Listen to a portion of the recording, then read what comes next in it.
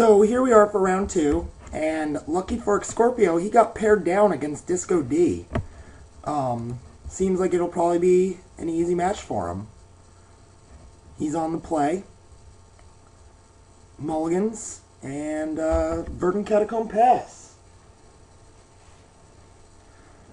Oh, now Disco is not playing a mono white deck. Interesting.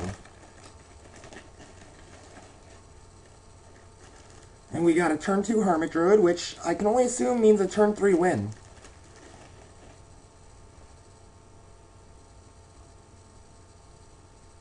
Activate, dump the entire library into the graveyard.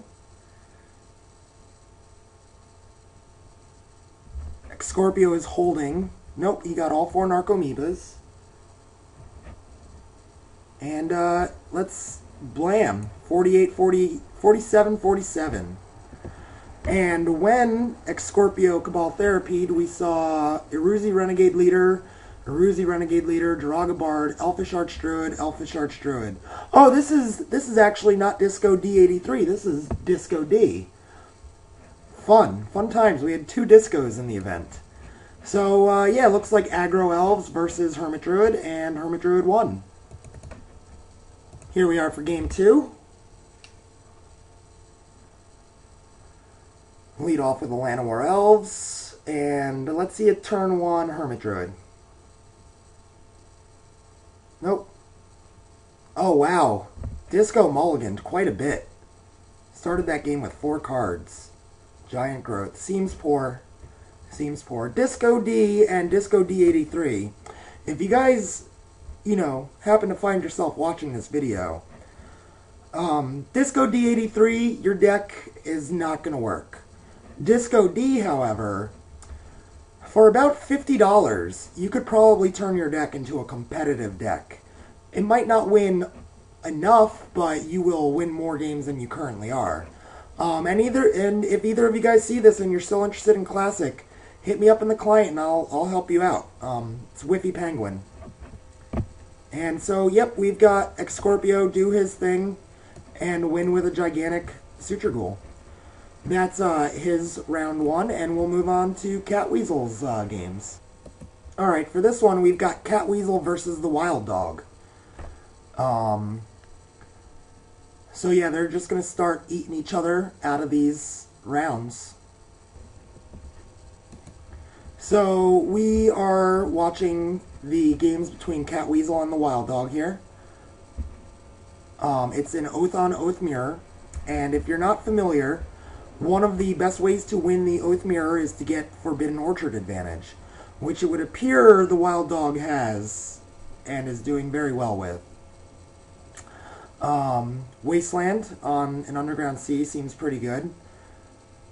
The problem with having these 2 orchards is that if you don't have Oath of Druids and a way to protect it coming down, you don't really want to be giving tokens to the opponent because they will kill you with the tokens.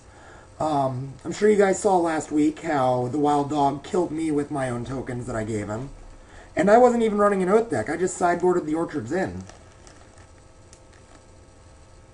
So Catweasel's got a whole bunch of mana down. And we have a bug in the replay. And I'm going to assume that what happens here is that Catweasel tinkers away the Mana Crypt for a Blightsteel Colossus. We don't know. This is the second time I've watched this game. And it's the second time it's bugged. So I'm going to assume... I see a Spell Pierce over here. I think what happened was... Tinker, Spell Pierce, Force of Will, maybe? It won't show us what happened past this. All of a sudden the game just ends on turn 7.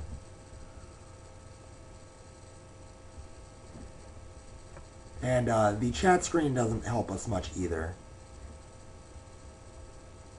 Wild Dog goes to discard, and then the game's over. So that was game 1. Here we are for game 2 of the Oath Mirror between Catweasel and the Wild Dog.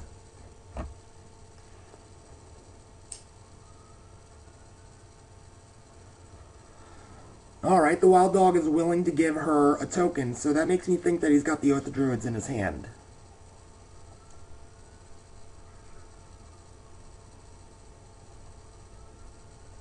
Or that he can easily get the Oath of Druids through a tutor chain.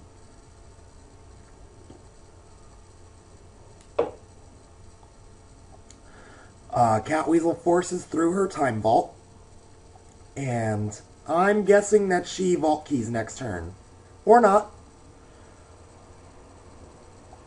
We've got Nature's Claim to stop that from happening. Oh, but it was going to.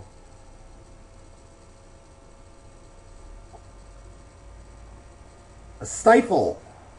Stifle on the Wasteland. Oath of Druids resolves. Yawgmoth Tezzeret the Seeker for Mana Vault. So we've got an Emrakul come through, and he mills over 20 cards, over 25 cards without hitting that Dragon's Breath. That's kind of disappointing for him. 9 cards left in his deck. I don't know if he sideboarded out the Dragon's Breaths or if he just got unlucky.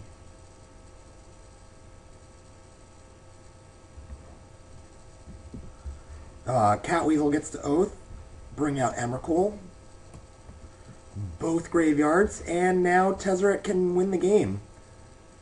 So yeah, it looks like the Wild Dog got a little bit unlucky in this matchup.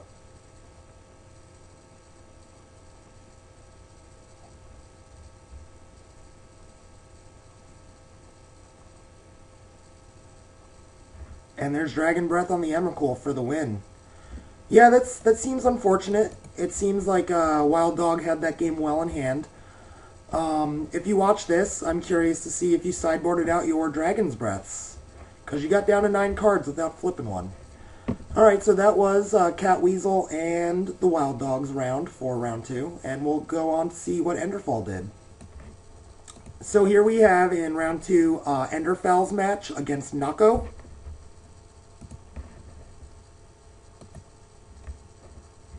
I believe Nako plays Storm, but we shall see. Ooh, turn 1 Lodestone Golem. That is rough. He makes a pretty good game of it, though. Lodestone Golem does not affect these brown cards. Oof. My goodness. This is a beating right here. Lightning Bolt. Ooh. Ooh, 4 for 1? That's amazing. I'm sorry. That was just fantastic. 4 for 1. I'm rooting for Nako here. Mana Drain.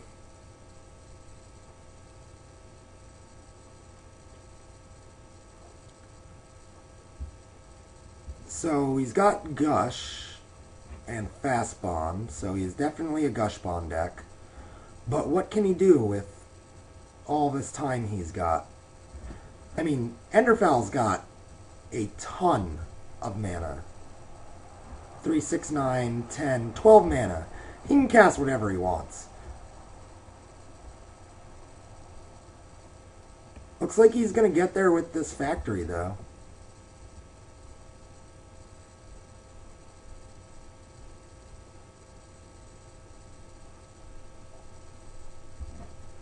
Ping, ping, ping. It's one of the downfalls of the Gush deck. It cannot run Wasteland. This might be one of the reasons that the Gush decks aren't winning, is because they just cannot run Wasteland, and every other deck can. If any deck needed Moxes, it is either Gush or the Turbo Tez decks.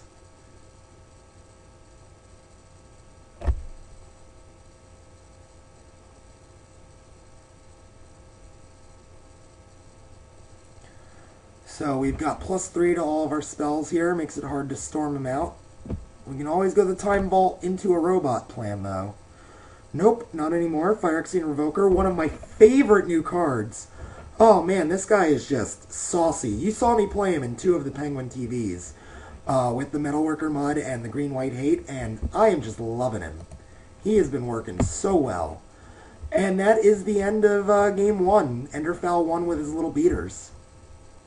So here we are for Game 2. Nako will be on the play.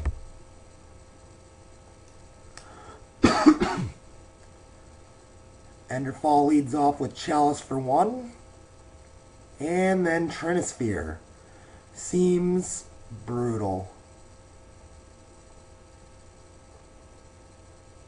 Into Lodestone Golem. Yeah. Yeah, this is not looking good for Mr. Gush. Gush costs 3. Everything costs 3. Yawgmoth's Will costs 4. Now we've got Metalworker.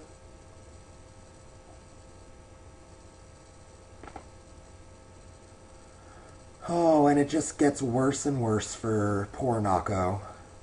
He can't cast any spells, and he scoops the game in face of lethal on board. So, that was, I believe, all of the people for round 2. Saberlod, did we get you in here? We did not. So we'll get him next. So here we are with Game 1 of Saberlod's match. He won the die roll. And let's see a sphere. Yes. Alright. Not as busted as Enderfell's, though. Both of those games were just brutal. So he gets the shop mirror match again. It's got to be frustrating. 4 or 5 shop decks and you play against 2 of them. Chalice for 1 seems okay, I guess. I don't really like it. There's not many targets. I suppose if Erab is running the Kuldotha Forgemaster version, he just shut off Voltaic keys. But shutting off Sol Ring and Mana Vault don't seem so hot after turn 1.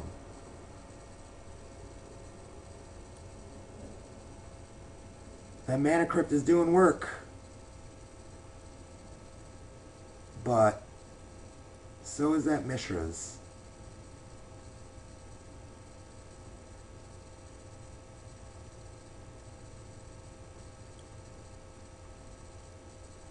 And a Wasteland. So, who will win this race? Mana Crypt or Mishra's Factory? Ooh. 2 to 5. 2 to 5. 2 to 4. He wins next turn if he, no, it's not. Yes, it is. It's, there we go. He lost to his own Mana Crypt. That's got to be frustrating. Here we go for Game 2. Oh. Either Erab chose to draw or kept a hand with no lands. But he does explode when he puts down a land.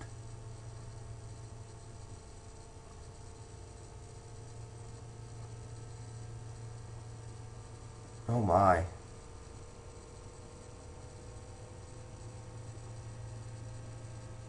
I'm not quite sure how he loses this game. Saberlod has won.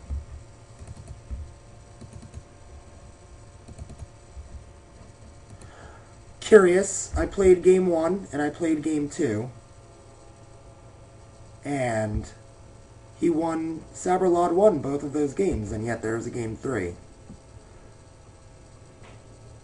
I suppose it's possible that the replays are out of order.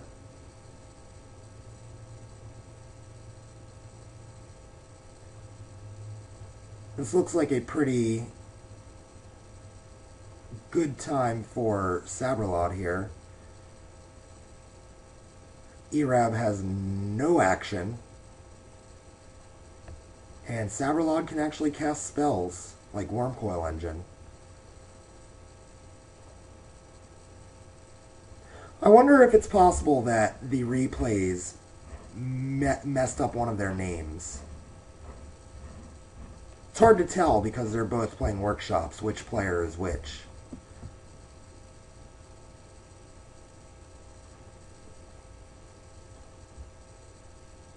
But here you have it, workshop on workshop violence, and seems kind of silly. It looks like whoever gets more lands wins, but maybe that's just the way I think.